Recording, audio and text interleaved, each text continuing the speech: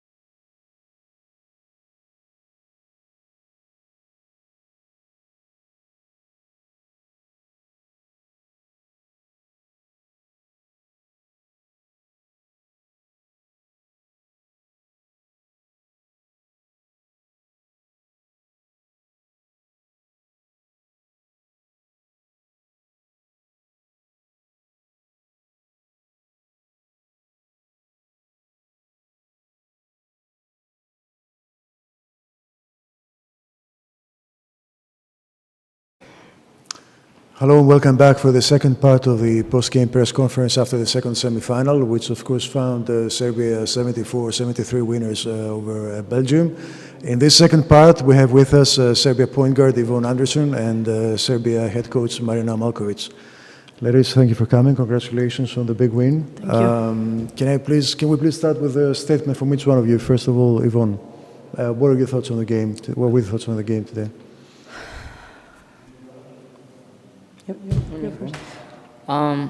I think the first half was just us not doing what we're supposed to do. We had a game plan coming in, and we didn't stick to it. We didn't follow it, and that's why we were down. The second half, we did a much better job of pressuring them and stopping their main scorers, and it breathed a little life into us. We played a little faster, and we attacked some of the mismatches, and that's where we got the lead. But it was a team effort. It took all 40 minutes to get the win, but in the end, when we did what our coach told us to do, we won. Thank you, Yvonne. Coach? Well, first, again, congratulations to Belgium. They did an excellent job whole tournament, and they really put us in a tough situation. We won a big team. We won a big team.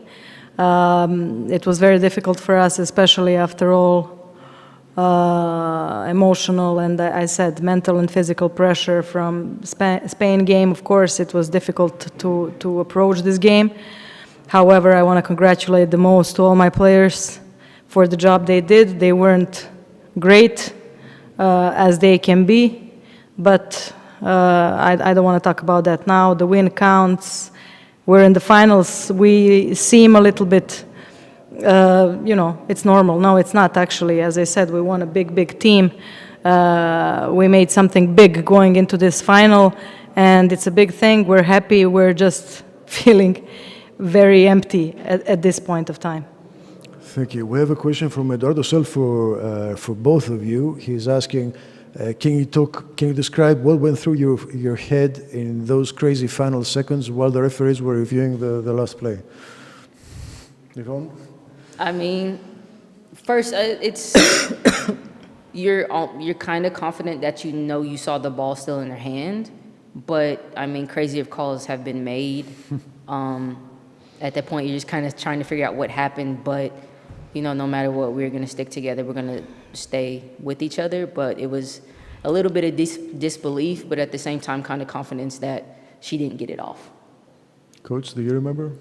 Yes, I do actually. Well, it may sound too simple, but that's the way I like it. I just wanted the right decision. I just wanted the truth, pure truth. That's what I was waiting for, whatever the truth is.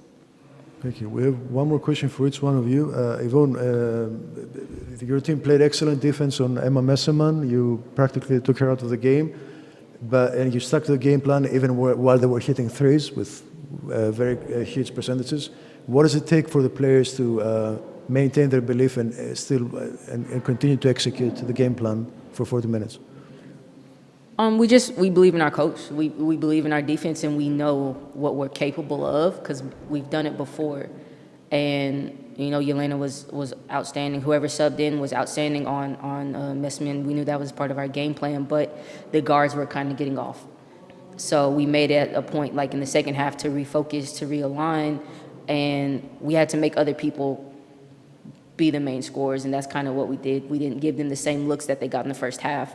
It's just the belief that we know if we follow our game plan, if we follow our coach, we're going to win. I mean, it's proven over and over, and it didn't happen the first half. The second half, we did a much better job, and we'll take that and try to take it into tomorrow. Thank you. Coach, of course, we have a replay of the 2015 final tomorrow. Mm-hmm. And 2016 in Rio. And 2016 in Rio. And the question is if you believe in fate or destiny or any of those things, or if it's a new game altogether tomorrow. I believe in something else. However, we're playing an excellent team. We played an excellent team in 2015. We're playing a big team now. They had, I would say, an easier game with a lot of They are going to be way more fresh than us for tomorrow's game. They have an excellent team. They have an excellent championship, women's championship, one of the best, and they're just getting better and better every year, every season, new players coming up and all of this. So we're playing an excellent team. However, again, as I say all the time, we are going to play what Yvonne just said, what I've been teaching them from 2011. So it's already a lot of years.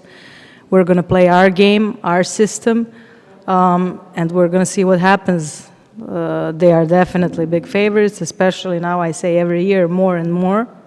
However, we know that in the finals you never know. It's a game with a lot of emotion again, and we will see what happens.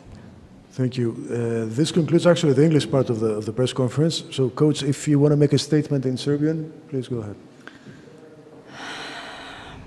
Dobili smo veliku ekipu Belgije.